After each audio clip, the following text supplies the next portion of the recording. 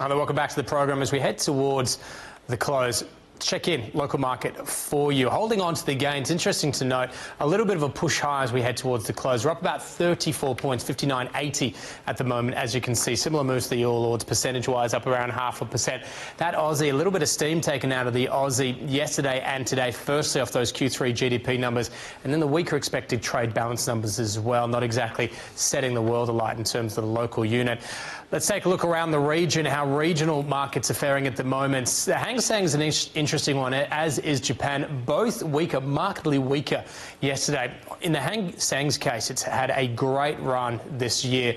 Pretty flat at the moment, slightly positive, as you can see, up about 14 points. Good moves out of Japan. The Nikkei 225 at the moment up 1.2%.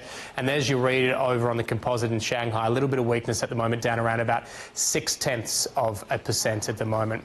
Well, human resources software company LiveHire has raised $20 million in fresh capital to speed up growth in its main channels: recruitment, processing, outsourcing, and artificial intelligence. The company offering new shares at $1.05 each, 6 cents below its previous close. Now, prior to the raising, the market cap of the Melbourne-based software company stood at $182 million. For more, I'm pleased to say co-founder and chief executive of LiveHire, Antonluigi Gozzi, joins us now live from our Melbourne studio. Thanks very much for your time this afternoon. Look, let's talk firstly about the raising. You know, what led to it, and what was the reaction like from the market?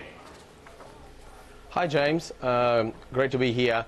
It's been a great day for LiveHire. As you just said, we raised $20 million in new capital to expand the growth of the company.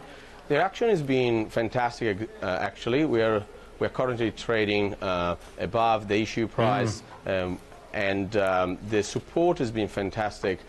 Some of the key institutions really participating incredibly well. They believe in what we're doing and the story, and they know that we are really, really innovating in this space, and we have lots of opportunity growing in an international market. Can you tell us a little bit about that, because the market's supporting you guys as well. It's been a hell of a run from a share price perspective. What's at the heart of this? What is the innovation? Where's it going for LiveHire? What's the critical edge for you guys? Yeah, fantastic. Look, recruitment is an industry that globally hasn't really changed throughout the years. And actually technology hasn't really helped the industry, where companies now take much longer than they used to actually hire the people they want. And that is creating a lot of slowdown for companies. They are looking for talent. In fact, you might recognize that lots of companies have talent shortages in key areas.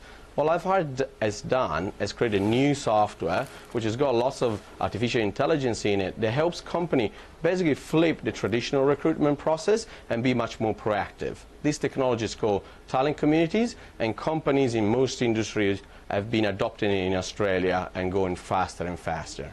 How? Just explain, how does it work? Yeah, how does it work? Yes.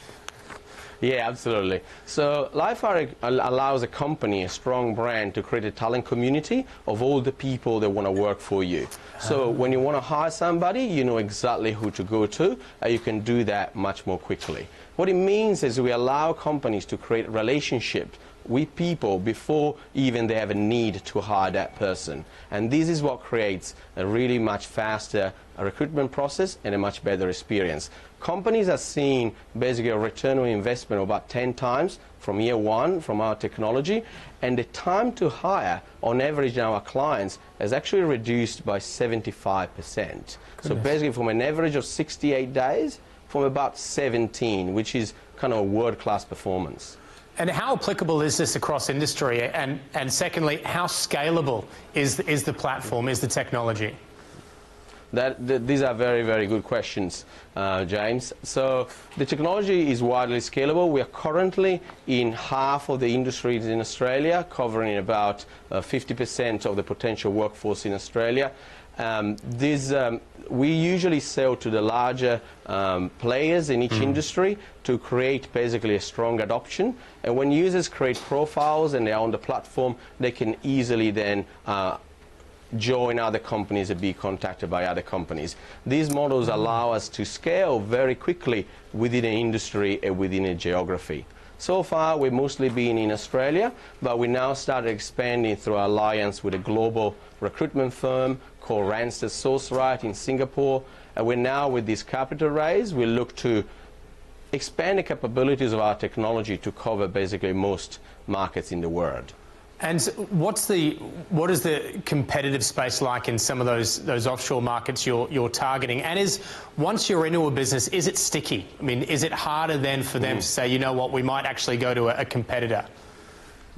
Yeah, I'll answer the second question first. Yeah, it is very sticky because the very reason LiveHire really replaces your old system where you had all these applications that you could neither search nor connect or contact these people. And now you have a talent community of which you can contact anybody in it, and it's your private network of people. So it is very sticky because we hold on behalf of the company all their relationship, communication, data, hiring history for all the people they hired. You can think of an organization on average changes their workforce about 16 to 20% per annum. What it means that in 5 years your entire workforce has changed over.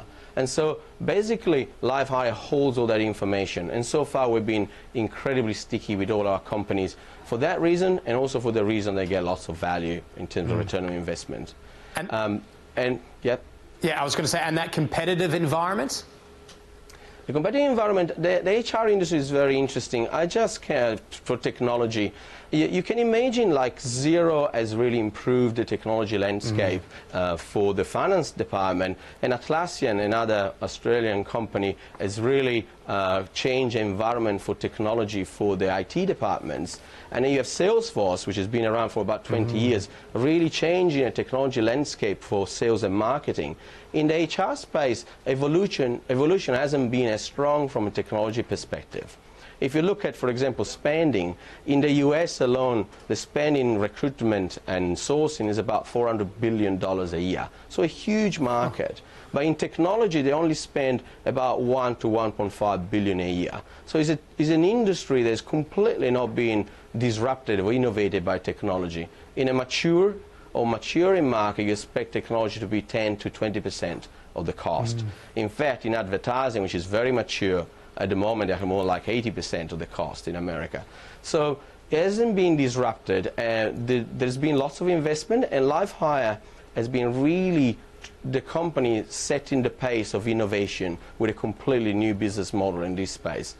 There are obviously great companies around the world. I've been in the US very recently, so a global HR technology conference, about 10,000 people. There's great technologies in AI. Google is coming to this space. It is an enormous industry, and LiveHire has the first mover advantage, and now we plan to really work with these companies, these global companies, to integrate their product into ours for the benefit of our clients.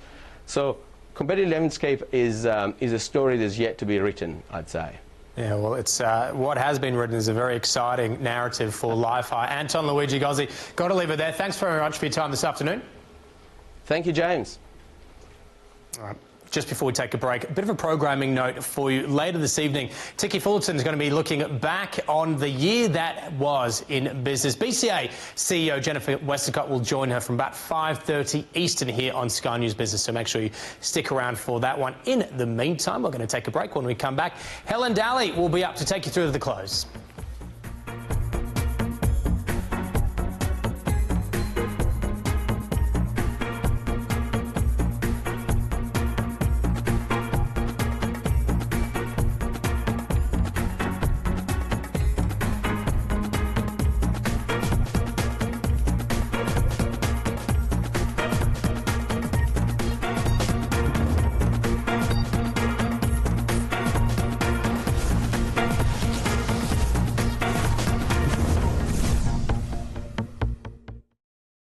You think